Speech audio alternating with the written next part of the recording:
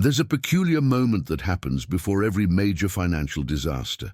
A moment where all the signs are visible, where anyone paying attention can see what's coming, but where almost no one acts because the illusion is still too comfortable to let go of. We're in that exact moment right now with the artificial intelligence market. The signs are all there. Insane valuations disconnected from real revenue. Massive investment based on promises, not returns. Hype that has long surpassed any rational basis. Companies being valued at billions that have little more than a language model and a slide presentation. It's a classic bubble in its final stages, and when it bursts, the sound will echo throughout the global economy for years. But here's what almost no one is saying out loud. The collapse of the AI market won't save your job. In fact, it will accelerate the process of your profession being swallowed up. And the world that exists on the other side of that collapse, what really awaits you when the dust settles, is far more worrying than you imagine. It's not just about unemployment. It's not just about economic crisis. It's about the total reorganization of human society in a way that eliminates the very idea that you, as an individual, have any guaranteed value or place within it. Let's start by establishing exactly why collapse is imminent and inevitable. Financial markets have an interesting characteristic. They can remain irrational for a long time, but eventually always return to reality. And the current reality of the AI market is that there is a massive disconnect between money being invested and returns being generated. Billions are being poured into building data centers, training models, hiring talent. But when you look at real business models, at concrete cash flows, at sustainable paths to profitability, the numbers simply don't add up for the vast majority of companies. Some tech giants may eventually make it work because they have the resources to absorb losses for years. But thousands of startups, hundreds of mid-sized companies, even several large corporations that have invested heavily, they are operating at massive losses, betting that they will eventually figure out how to monetize. That bet will fail for most. And when investors start to realize this, when they start asking the tough questions about when they will see real returns, the market will panic. The specific trigger for the collapse is impossible to predict.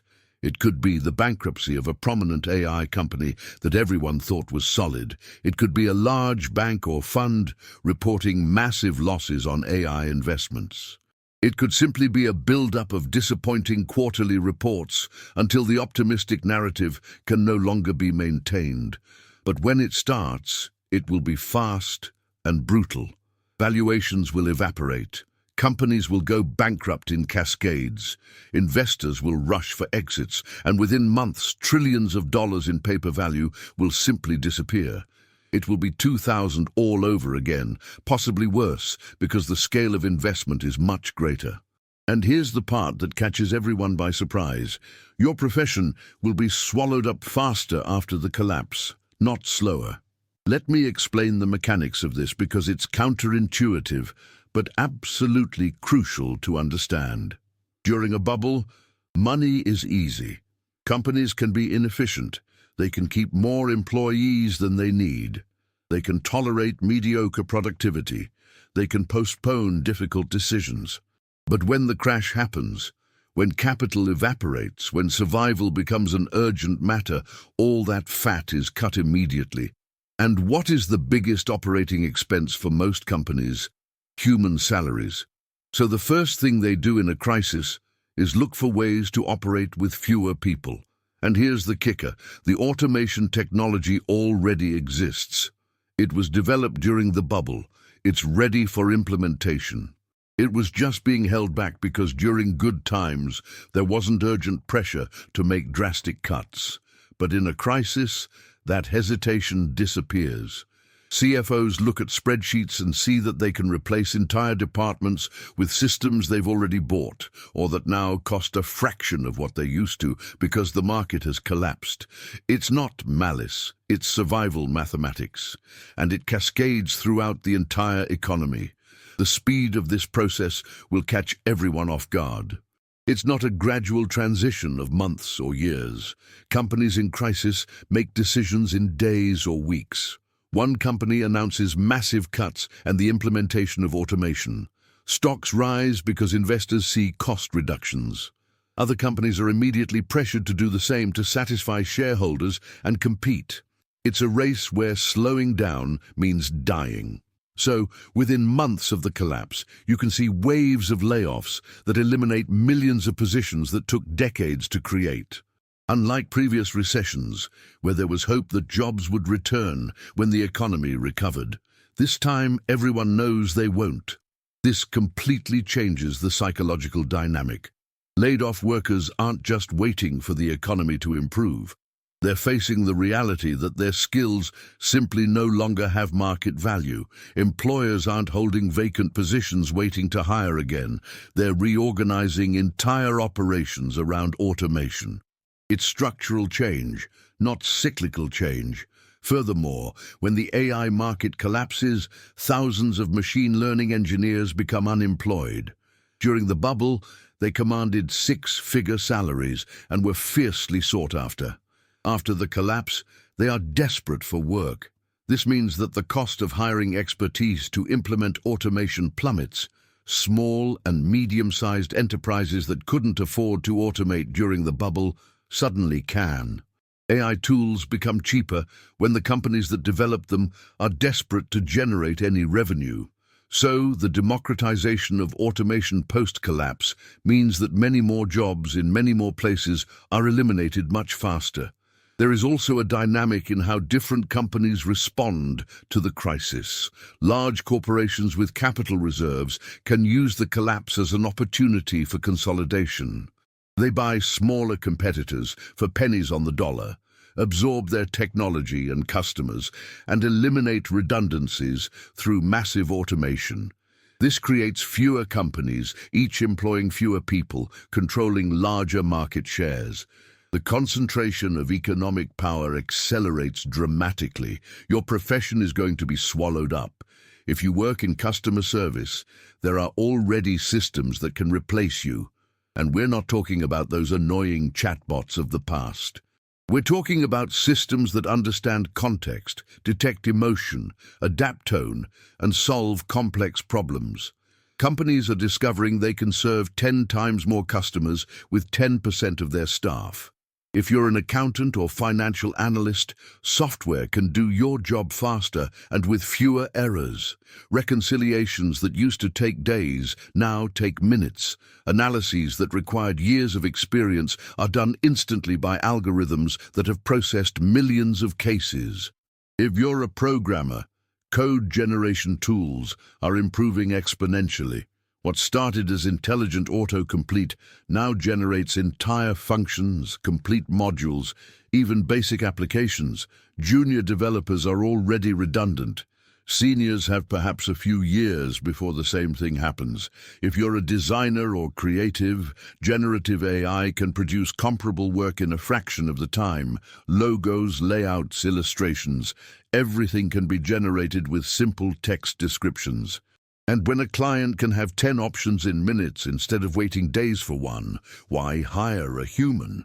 If you're a teacher or instructor, adaptive learning systems can personalize learning in ways you can't.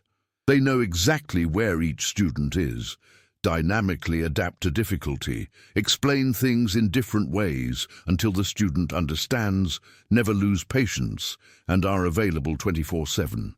If you're a doctor or lawyer, algorithms can diagnose or analyze precedents with superior accuracy.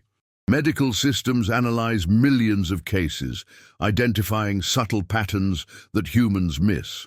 Legal systems review thousands of documents in hours, instantly identifying relevant precedents. If you work in marketing or sales, AI can analyze leads, personalize approaches, and optimize campaigns in real time.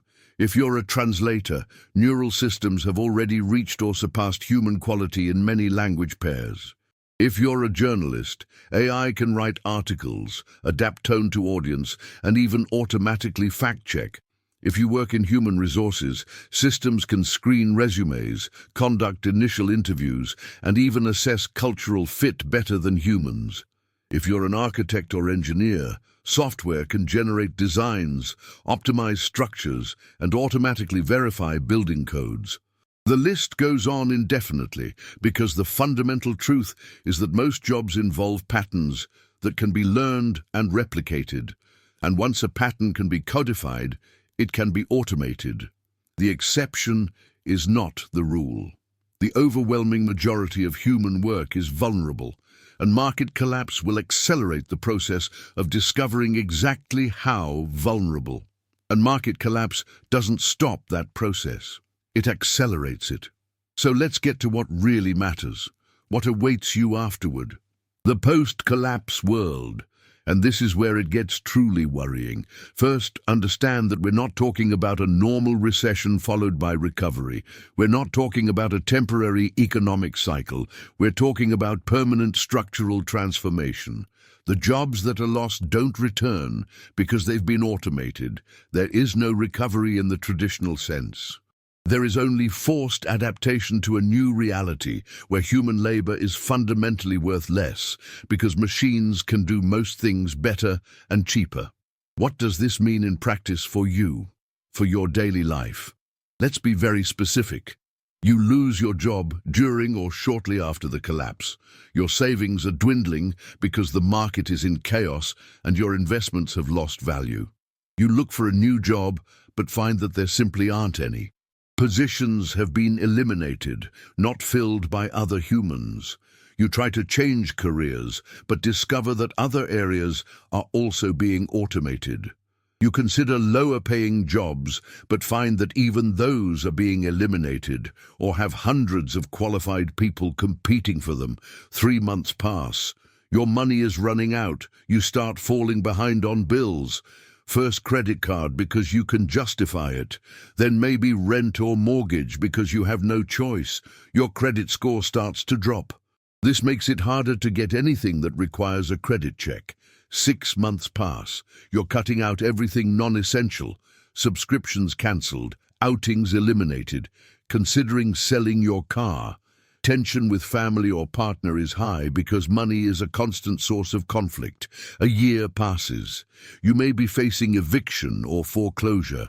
You may be moving with family or friends. You may be considering moving to another city or state, hoping to find something, anything. And you're not alone. Millions are going through the same trajectory simultaneously. This creates cascading effects throughout the economy and society. Consumption plummets. Companies that depended on consumers begin to fail. This creates more unemployment. More unemployment means less consumption. It's a self-perpetuating downward spiral. The housing market collapses because people can't pay rent or mortgages. Banks suffer from massive defaults. The financial system enters a crisis. Credit evaporates.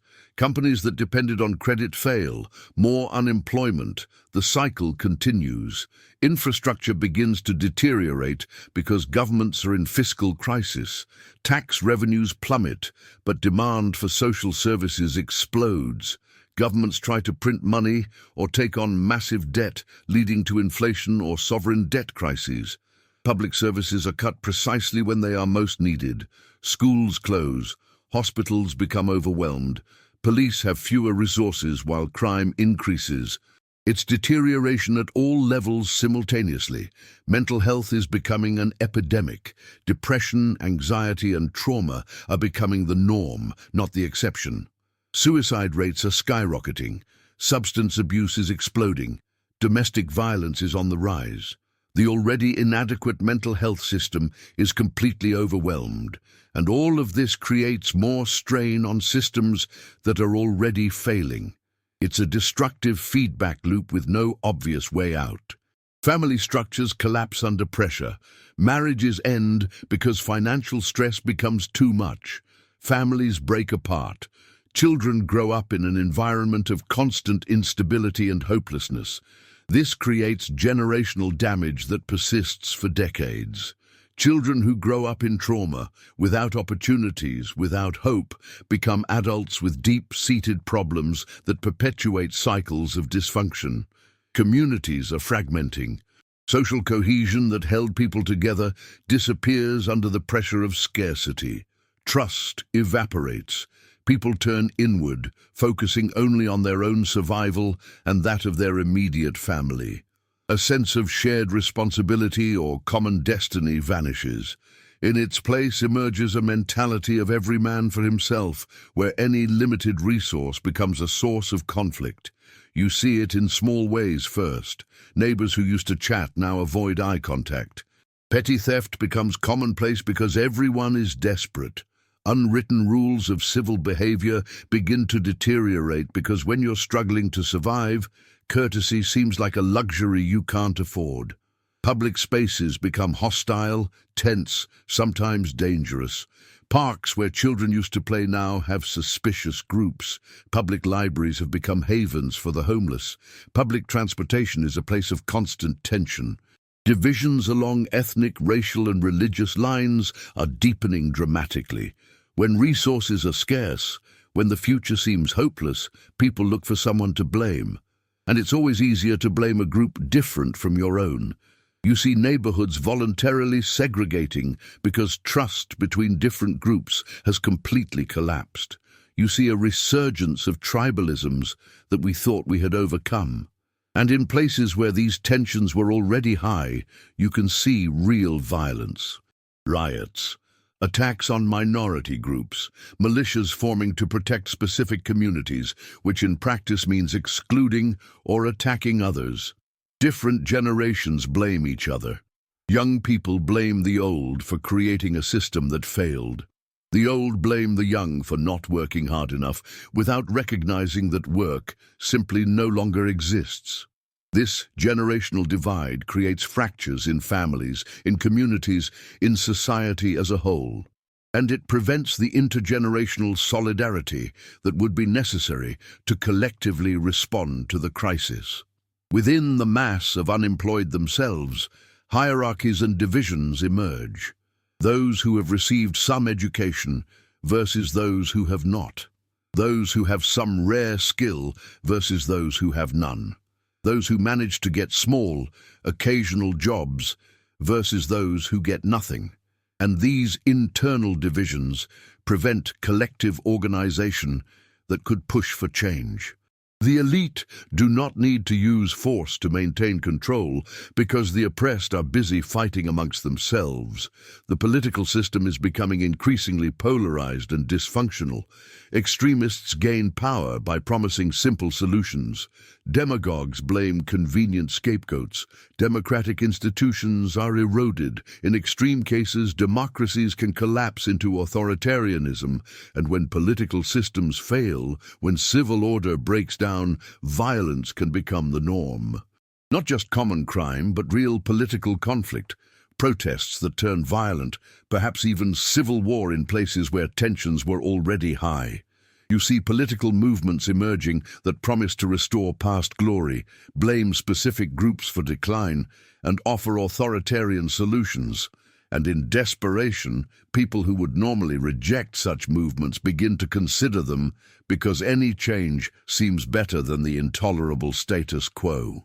Referendums and elections become increasingly volatile and unpredictable. Outcomes that seemed impossible become reality because voters are willing to risk anything. Governments respond to instability with increasing control. Mass surveillance is justified as necessary for security. Civil liberties are gradually eroded in the name of public order. Protests are repressed ever more aggressively. Dissent is treated as a threat to national stability. And most people accept it because the alternative seems to be total chaos. They trade freedom for security, not realizing that they are receiving neither. Corruption becomes endemic because when legitimate systems fail, people resort to parallel systems. Bribery becomes the normal way to get anything done. Personal connections with the right people become more important than qualifications or merit. The formal economy is increasingly replaced by an informal economy where rules don't apply and protections don't exist. This benefits some but harms the majority, especially the most vulnerable. You also see separatist movements emerging in regions that believe they can do better on their own. Wealthy cities or states try to isolate themselves from poorer areas. This creates tensions that can escalate into real conflict. And even where separatism isn't viable, you see local autonomy increasing as the central government loses the ability to impose its will uniformly across the territory. International tensions are intensifying.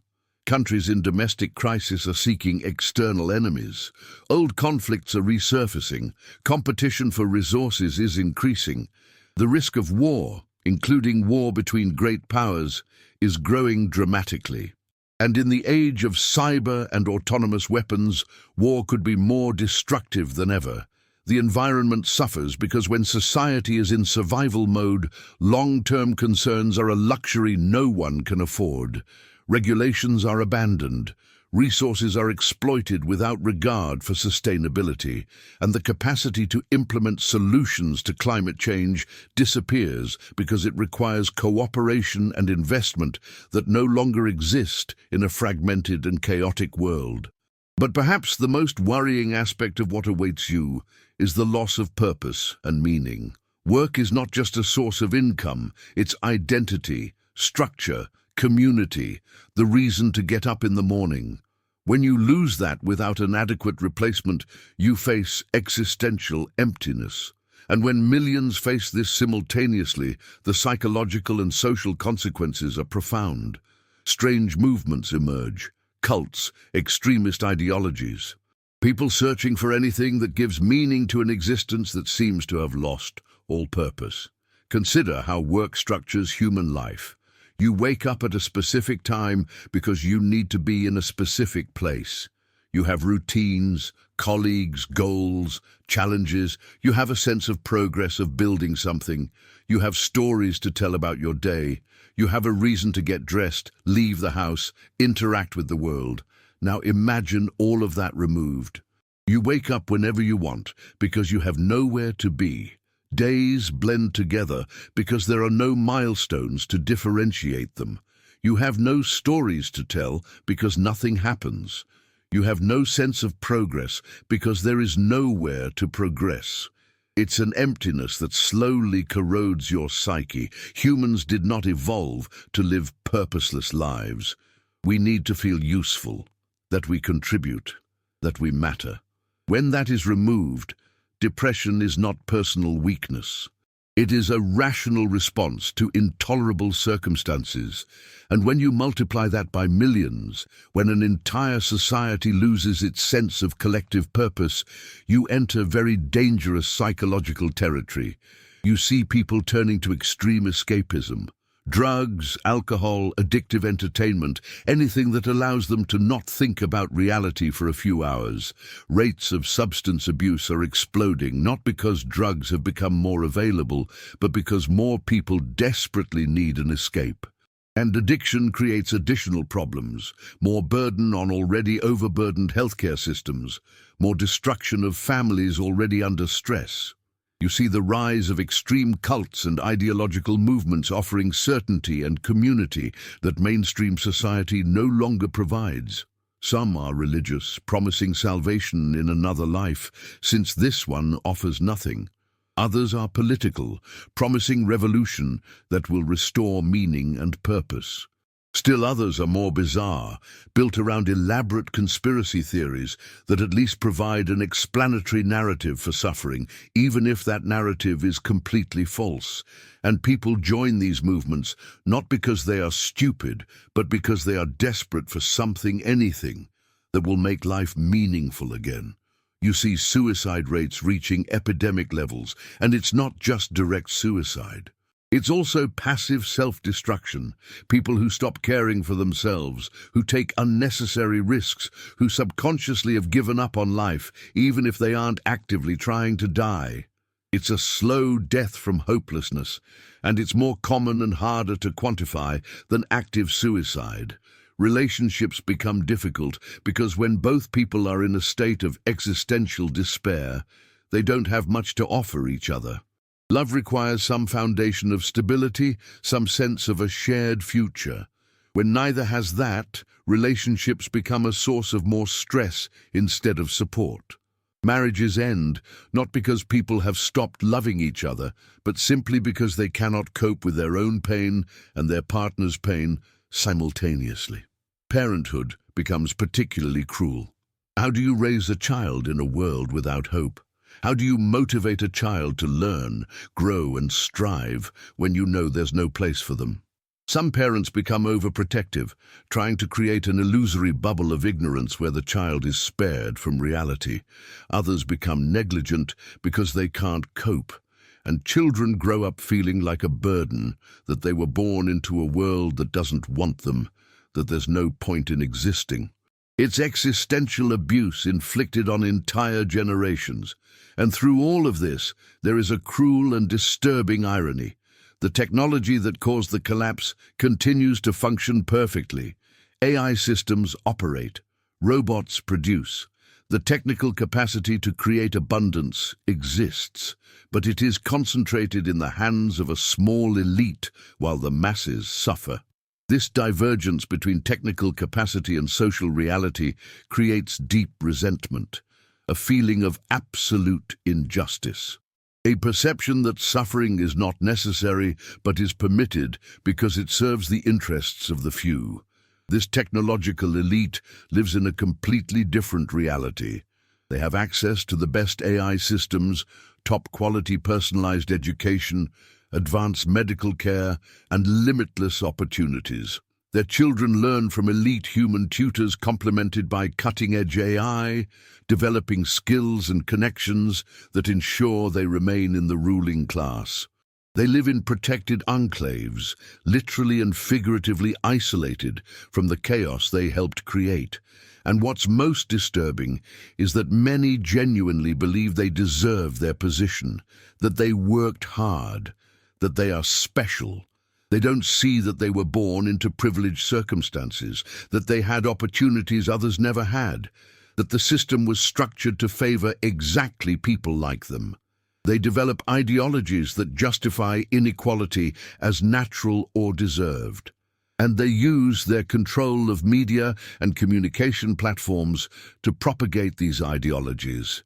There is also fragmentation within the elite itself. Those who control more advanced AI versus those with inferior technology, those who control physical infrastructure versus those who merely provide services. And these divisions create their own tensions and conflicts. But compared to the division between elite and masses, these are trivial. The elite still have far more in common with each other than with anyone outside their class. Attempts to tax the elite or regulate technology encounter massive resistance. The elite have the resources to influence politics, to move operations to favorable jurisdictions, to structure their activities in ways that minimize obligations. They have armies of lawyers and lobbyists. They control information flows through ownership of platforms. And when all else fails, they can literally leave jurisdictions that try to regulate them, taking technology and remaining jobs with them. This creates a situation where governments are held hostage by the technological elite. They need the taxes that the elite pay and the jobs that the elite provide, even if they are few, so they cannot regulate too aggressively without risking capital flight. It's a new feudalism where technological lords have power that surpasses states and where the masses are completely dependent on the crumbs that the elite choose to distribute. The elite who control technology can isolate themselves temporarily. Protected enclaves, private security, living in abundance while the world around them burns. But eventually, even they will discover that they cannot exist as islands in an ocean of chaos. Walls have limits, and the civilization necessary to keep even the most advanced technology functioning requires a stable social base that will no longer exist. The post-collapse world isn't a Mad Max apocalypse where everything is destroyed. It's more subtle and, in a way, more disturbing. It's a world where social structures have deteriorated but haven't completely collapsed, where order exists but is fragile and authoritarian, where technology works but access is stratified, where lives continue but with dramatically reduced quality and no hope of improvement. It's a bureaucratic dystopia where you exist but don't truly live, where basic needs can be met through some form of universal assistance, but where dignity, purpose, autonomy, all have been lost. Imagine waking up in a world like this. You receive a universal basic income sufficient to survive but not to thrive. Enough for rent in a marginalized area, basic food, nothing more. There are no jobs for you because everything you know how to do has been automated. You spend days without purpose, without structure, without a place to go. Entertainment is cheap, endless, algorithmically optimized to keep you engaged. But it's empty. It doesn't satisfy, it just fills time. You see the elite living completely differently. Protected enclaves where they have access to advanced technology, real education, opportunities. But for you, these things may very well be on another planet because they are completely inaccessible. You try to educate yourself, to develop new skills, but you discover that the education available to you is an automated and impoverished version. AI systems that teach but don't inspire, that transmit information but not deep understanding, and even if you learn something, there's nowhere to apply it because all the jobs that would use those skills have already been automated. So you're learning for the sake of learning, without purpose or a clear objective. Human relationships become superficial because everyone is in the same state of existential emptiness. Connections are difficult when no one has interesting stories to share, when every day is the same, when there is no progress or growth. Families stay together out of necessity, not joy. Children grow up without aspirations because there is nothing to aspire to. The concept of a career, of building something throughout life, simply no longer exists for most people.